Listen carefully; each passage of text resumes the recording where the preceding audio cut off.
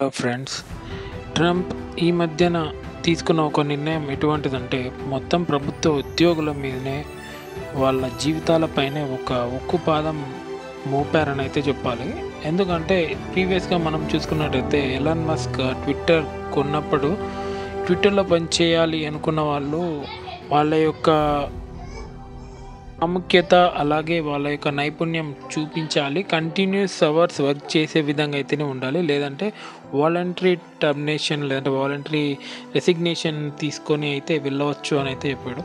So అదేవిధంగా ఇప్పుడు Trump తీసుకున్న నిర్ణయం ఎటువంటిదంటే ఫెబ్ 6 లోపు ఎవరైతే ప్రభుత్వ ఉద్యోగులు ఉన్నారో కంప్లీట్ 50 స్టేట్స్ ఆఫ్ యూఎస్లో వర్క్ చేస్తున్న ప్రతి ఒక్కరు ఎక్సెప్ట్ ఈ మిలిటరీ ఇంకా ఇమిగ్రెంట్స్ ఆఫీస్లో పనిచేసే వ్యక్తులు తప్ప మిగిలిన అన్ని office even doctors, health care, ఇంకా ఈ యొక్క గవర్నమెంట్ సెక్రటేరియట్ ఇలా అన్ని ఆఫీస్లో పనిచేసే ప్రతి ఒక్క ఇమిగ్రెంట్స్ కూడా తన యొక్క మెయిల్ అయితే సెండ్ చేశారు. అందులో మెన్షన్ చేసింది ఏ విధంగా ఉందంటే ఎవరైతే వర్క్ చేస్తున్నారో వాళ్ళు వాలంటరీ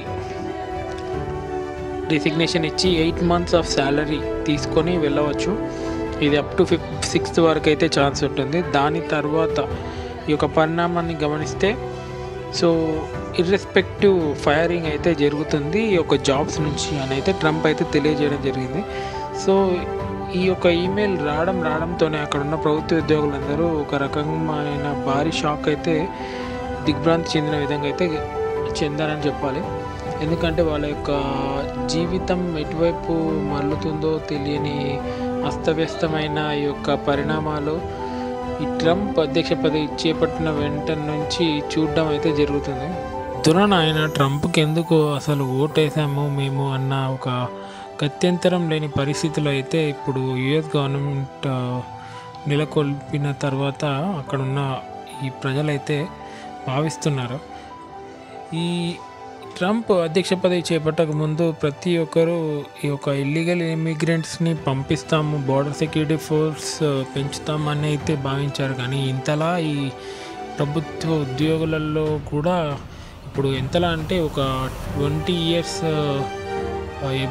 ఎబో లేదంటే ఎవరికైతే గ్రీన్ కార్డ్ రాలేదో ఈవెన్ H1B వీసా వర్క్ చేస్తున్న వ్యక్తులు అయితే ఉన్నారో ఎబో 5 to below 20 years లోపు వారందరూ కూడా రీసెంట్గా ఈ కోర్టులో ఒక కేసు అయితే ఫైల్ చేశారు. ట్రంప్ ఈ తన యొక్క నిర్ణయాలు ఈ ప్రజల యొక్క జీవితాలపైన భారీ మూల్యం చెల్లించే విధంగా అయితే ఉన్నాయి అని. సో ఈ ట్రంప్ చేస్తున్న ఈ యొక్క ప్రెస్ మీట్లు కానివ్వండి, ఈ యొక్క క్యాంపెయిన్ కానివ్వండి, ఇవన్నిటినీ చూసిన వెంటనే ప్రతి ఒక్కరైతే వారి యొక్క భావోద్వేగాలను అయితే తెలియజేయడం జరిగింది. ఎవరైతే America make great again MAGA గురించి ఆలోచించిన వాళ్ళైతే. కానీ మోస్ట్లీ అమెరికా అంటేనే ఈ యొక్క వలసదారులు కాంబినేషన్ ఆఫ్ 50 states అని చెప్పాలి. మరి ఈ ఎన్నో సంవత్సరాల నుంచి అక్కడ చదువుకొని ఉద్యోగాలు సంపాదించి గవర్నమెంట్ ఉద్యోగాలలో పనిచేస్తున్న వ్యక్తులని ఇండైరెక్ట్గా కాకుండా డైరెక్ట్గానే మెయిల్ సెండ్ చేసి మీరు వాలంటరీ రిటైర్మెంట్ ఇచ్చి వెళ్ళిపోవాలి, లేదంటే డైరెక్ట్ ఫైరింగ్ అయితే జరుగుతుంది ఆఫ్టర్ Feb 6th. మీరు Feb 6 లోపు వాలంటరీ రిటైర్మెంట్ తీసుకుంటే మీకు 8 months ఆఫ్ శాలరీ ఇస్తాము. సో ఈ యొక్క బర్డెన్ గమనిస్తే గవర్నమెంట్ మీద $10 billion అయితే ఖర్చు చేయాల్సి వస్తుంది అని అయితే వారి యొక్క ఫైనాన్షియల్ సెక్రటరీ అయితే తెలియజేయడం జరిగింది.